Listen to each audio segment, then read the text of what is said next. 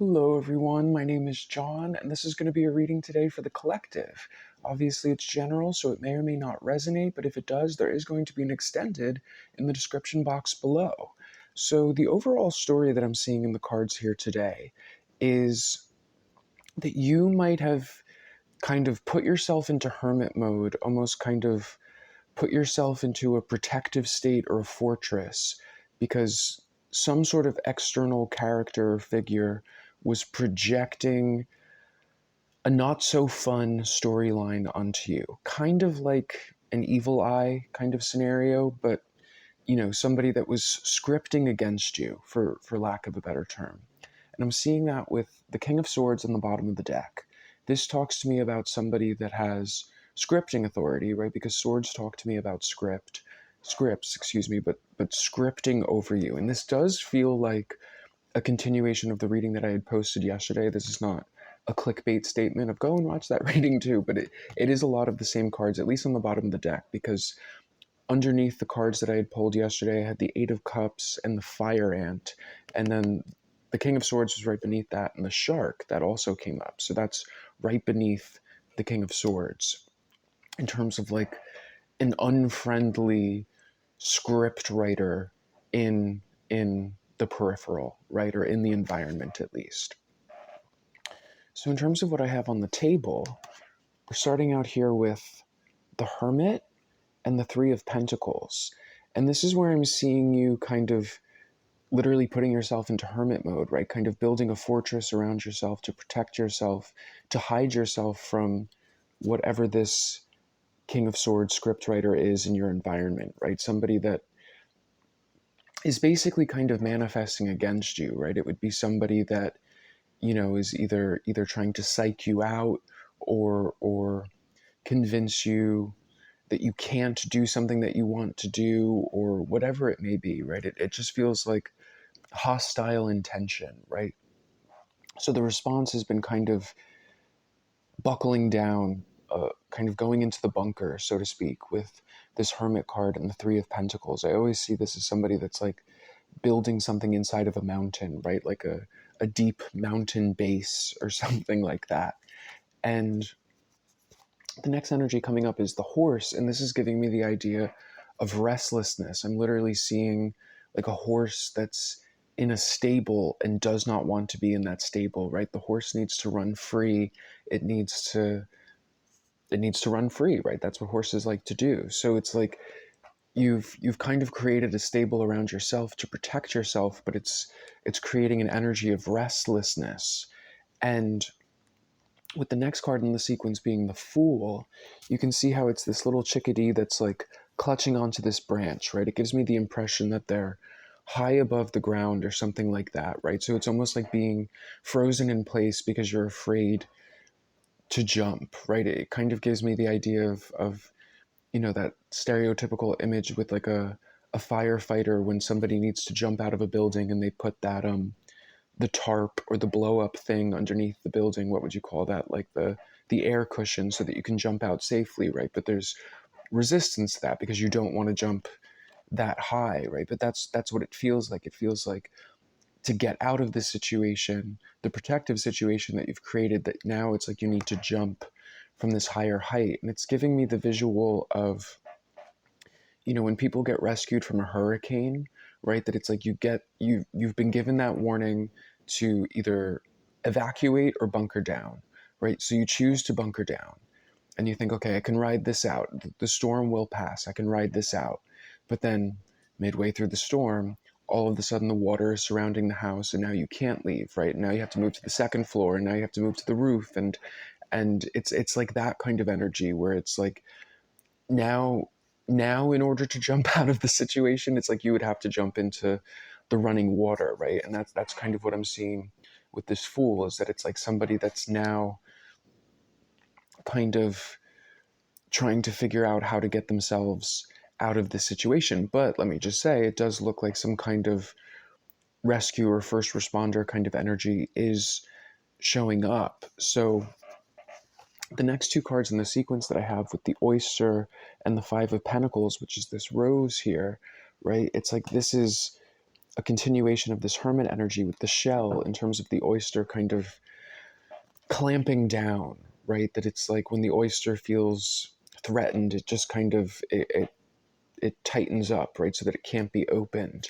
And that's typically the energy of the Five of Pentacles, right? Shutting something out. But with this wilted flower, it's giving me the idea of like kind of accidentally or yeah, I guess accidentally shutting yourself out of a vital resource that you need to thrive, right? Like the horse. The horse needs to run, it needs to be free. The rose needs light and water, whatever it may be, but it's like in a state of fight or flight survival or whatever it may be, it was like you instinctively protected yourself, you doubled down, but it's getting to the point where it's becoming counterproductive, right? It's like you need to move out of that, but it feels like the next card, the card that's at the center of the reading, is the hyena, right? And it feels like the hyena is right on the other side of this oyster, right? So it's like I understand why you're in that protective mode, because it does feel like, again, like the hurricane analogy, where it's like, perhaps it was not predicted to be as bad as it would be, or you've ridden out other storms, so it's like no big deal, but this one was different, right? And this one has gone on a little bit longer, so now it's like it's time to move, but you're not sure how to move. But with the next two, if I can pick these up, with the next two cards in the sequence, the turtle and the Mother of Pentacles, you can see that this mother is kind of protecting a little fawn here, right? And the turtle typically feels protective as well, but I associate the turtle specifically with like the idea of kind of like a rescue ship. And I do see it as being different than this hermit card, even though the hermit is a turtle, but it's almost like I feel like it's coming up as the turtle because it's identifying that it's friendly kin, right? It's your people. It's an allied force, something like that. It's a like-minded force, right? But going back to the analogy of being on the roof during the hurricane waiting for the rescue ship, it's like the turtle to me feels like the rescue ship, where it's kind of like, okay, jump on my back, little bird. You can jump out and I'll swim you to the other side of shore, or something like that. It's that kind of energy, especially again with the Mother of Pentacles, which is it feels protective, nurturing. And the Mother of Pentacles too is kind of like a hidden energy. I typically see the Queen of Pentacles as being somebody that's kind of off stage, right? Their magic takes place off stage. If she's like the proverbial, if she's a great cook and you're enjoying her meal, you don't see the work that went into the meal that the Mother of Pentacles created, right? So it's like a lot of her magic takes place off stage. The reason why I'm saying that is because it does give me the idea of not exactly being rescued out in the open, but there's a protective quality to it, right? Where it's almost like being smuggled out of enemy territory, right? Where it's like, if you're being rescued from a proverbial hostage situation, right? It's like you want to do it as discreetly as possible. That's the best word to use, discreet. That this is coming in with like a very discreet, quiet, gentle kind of energy, so that the hyena doesn't get involved or doesn't get too worked up over it. And with the hyena and the turtle, it's like the turtle can protect itself against the hyena, right? The hyena couldn't bite through the shell. At least that's what I'm picking up in this particular story. And with the next cards in the sequence, the firefly, the owl, and then the wheel. With the firefly, I'm seeing this as you finally taking that leap of faith, finally being liberated, right? Finally jumping into this rescue ship because it feels safe to do so. And the owl being, again, this King of Swords, whoever it is that's script writing against you, right? Where it's like perhaps they're trying to keep you in a particular circumstance or whatever it is, because it feels like they're trying to inhibit movement. It reminds me of years and years ago when I finally moved out of my home state to another state. I knew that I had to keep that to myself, that I couldn't really tell anybody what I was doing until the paperwork was official. It's like not until the lease was signed was I going to tell anybody what was happening, because I knew that people were going to try to manifest against me. And maybe I was creating this, right? But either which way, that is what played out, is that once the lease was signed and people knew, everybody told me that I was making the wrong decision, that I was going to regret it, that I would be back, you'll see, yada, yada. But it was like trying to put all of these obstacles in my face, whether it was guilt or fear or any kind of resistance, right? And that's what I'm getting from this King of Swords, right? Where it's like you want to make a particular move that you know is the right move for you, but you know that you have to kind of do it outside of the guise of this King of Swords. So it could be the idea of like trying to leave a job that's a hostile environment, but having to discreetly put your resumes out because you know that if the boss or the manager was alerted to that, that they might retaliate, right? It could be a situation like that. But what I'm seeing with this Firefly Owl and the Wheel of Fortune is that it's like when you finally take that leap of faith off of the roof of the flooded house into the rescue ship, that in that moment you are beyond reproach, right? You're there, you're fully visible, you're seen. It's the Firefly. You're no longer in hermit mode. You're no longer bunkered down. You're no longer the horse in the stable. You're running free. And the owl is there, but the owl is not flying. The owl is just looking at you like, oh, they got out.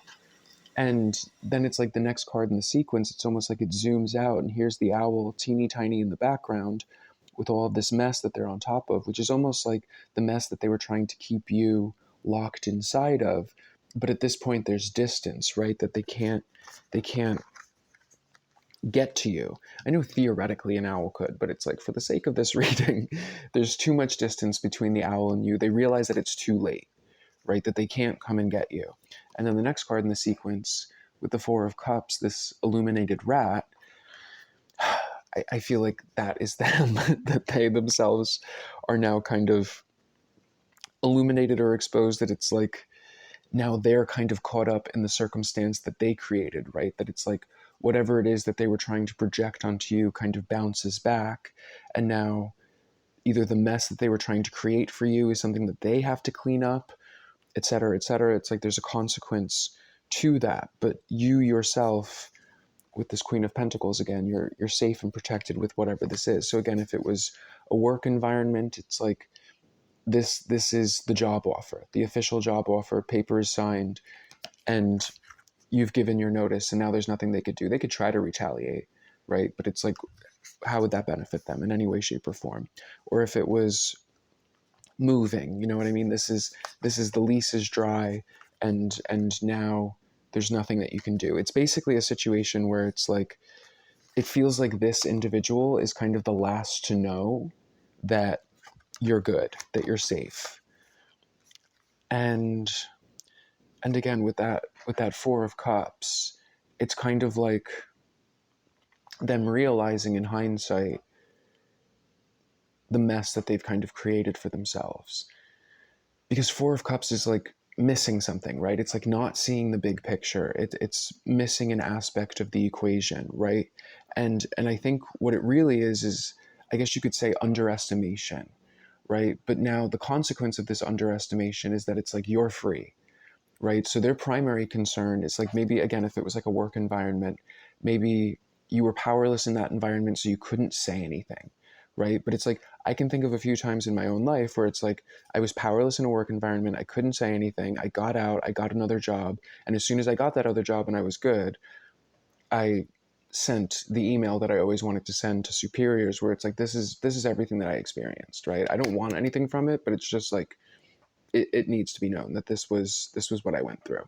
And it feels like a situation like that where it's like regardless of whether or not you do anything, this person knows that they're in this situation because it's almost like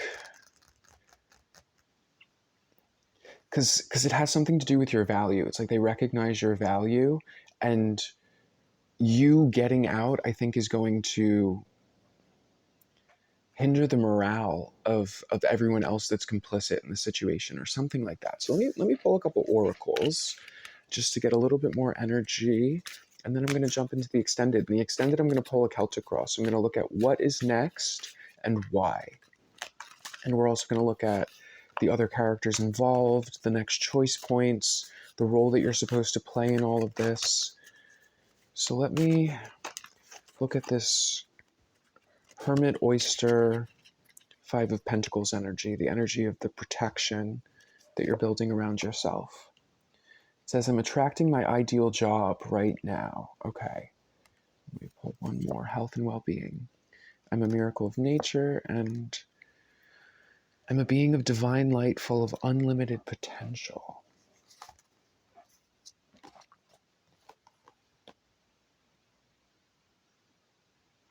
So, again, with attracting your ideal job, right, it's like, it's almost like the goal in general was to move towards something that was an ideal ecosystem for you.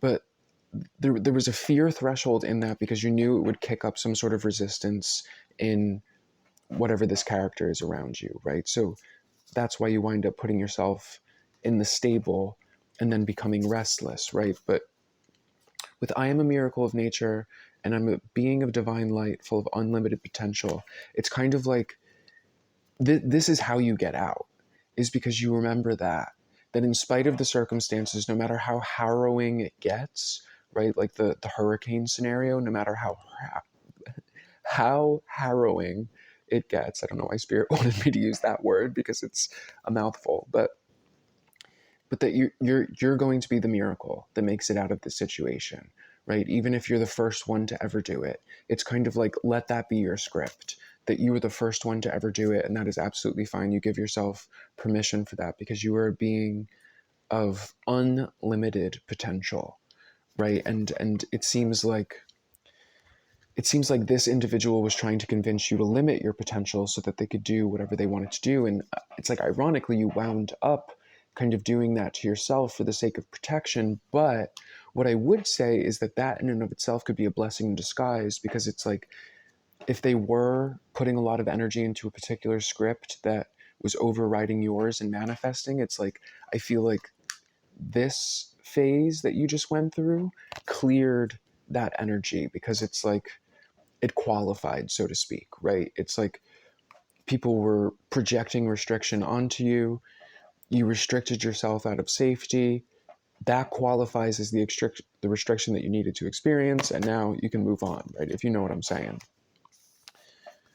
Let's see what else wants to come out here. Let me look more into this owl hyena individual, see what I can get in terms of what they're going through.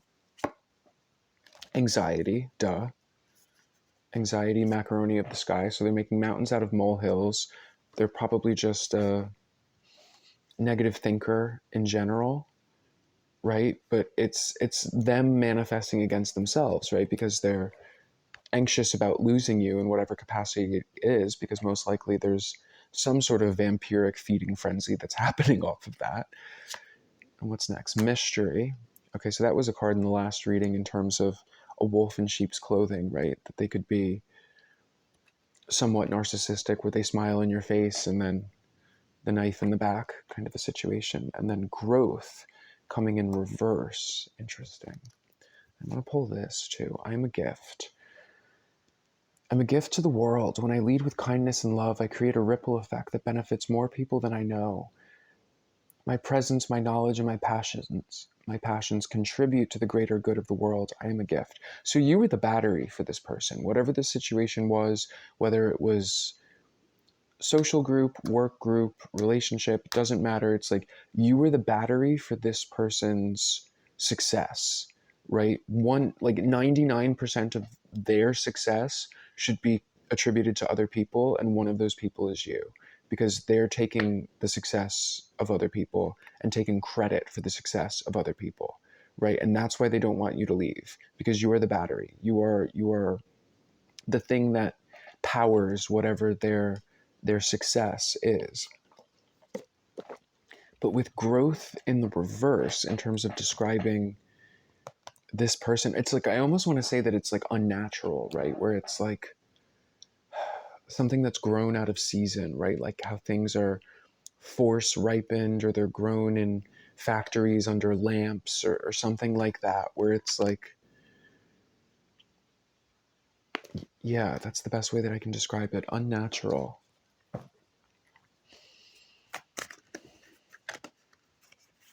I guess what's unnatural about it is that growth is supposed to be regenerative, right? It's like the plant itself is supposed to fertilize the soil, right? The apples that drop off of the apple tree are going to remineralize the earth around the tree, and they're going to rot and break down, and then all of that is going to feed nutrients back into the tree, right? Everything is supposed to be regenerative. What do they call that? Biodynamic.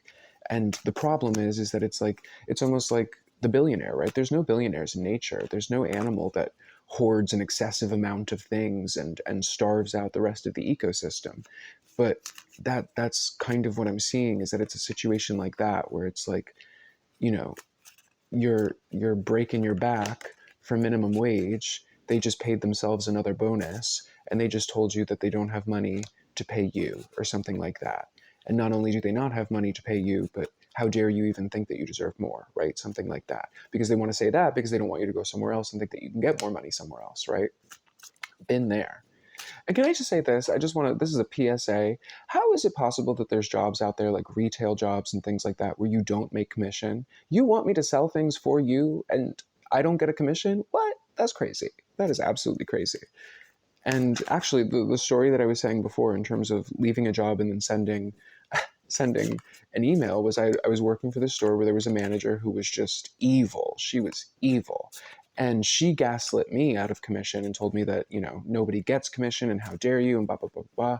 And then I found out shortly before or after I left that she was getting commission on all sales, including mine. So that was when I sent, the scathing email to the top, and she was eventually thrown out of the tower. I wanted to say thrown out of the flower. Okay. And then I took her job, which was funny. So it happens. But yeah, it's a situation like that where it's like, what kind of nerd, you want me to build your business and not get anything in return? That doesn't make sense. It just doesn't make sense. But the joke on this owl creature, on this hyena, is that if they had scratched your back even just a little bit, you would have made them another million. You know what I mean? The jokes. And let me look at this turtle, the rescue ship energy. What's going on there? I'm successful in every role that comes my way.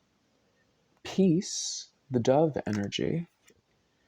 And I accept myself and all of humanity, right? So I guess the key to getting out of it, again, going back to the idea of I'm a miracle and I'm full of unlimited potential, is that it's like you do have to undo the scripting of this one if they told you that you weren't worthy of moving on, or you weren't ready, or you weren't good enough, or you weren't qualified. It's like you have to accept that you absolutely are. And even if there was anything that, maybe there was something that went wrong and that it was held against you and that just keeps getting amplified and magnified and used against you, it's like accepting that you still did your best. And with peace, right? I mean, this is the dove with the olive branch, right? That's the story of the end of the flood. The dove with the olive branch signified that the flood is over and dry land is on the horizon, right? And I was using the hurricane storm analogy. So there is absolutely an olive branch that's being extended from somebody, and wherever it is that you're going is peaceful, right? It wants to say that. And I'm successful in every role that comes my way. So remember that, so count this as a success. Maybe that's one great way to flip the energy. In spite of how frustrating it might be right now, or claustrophobic or tight, it's like, I think you're still alchemizing something here. You still did something profound. You're pulling off something profound, right? The fact that you're, again, the anomaly, the miracle that you've made it thus far, that you've survived this situation thus far. I know that that's an extreme thing to say, but you know what I'm saying. That's pretty much it. So let me jump into the extended right now. Thank you everyone who has stuck with this. If you're interested in a private reading of your own, I do have time for private readings right now, so hit me up. I would love to see you there. We can do a little Zoom. Other than that, I will see you in the extended, or I'll see you later. Bye, y'all.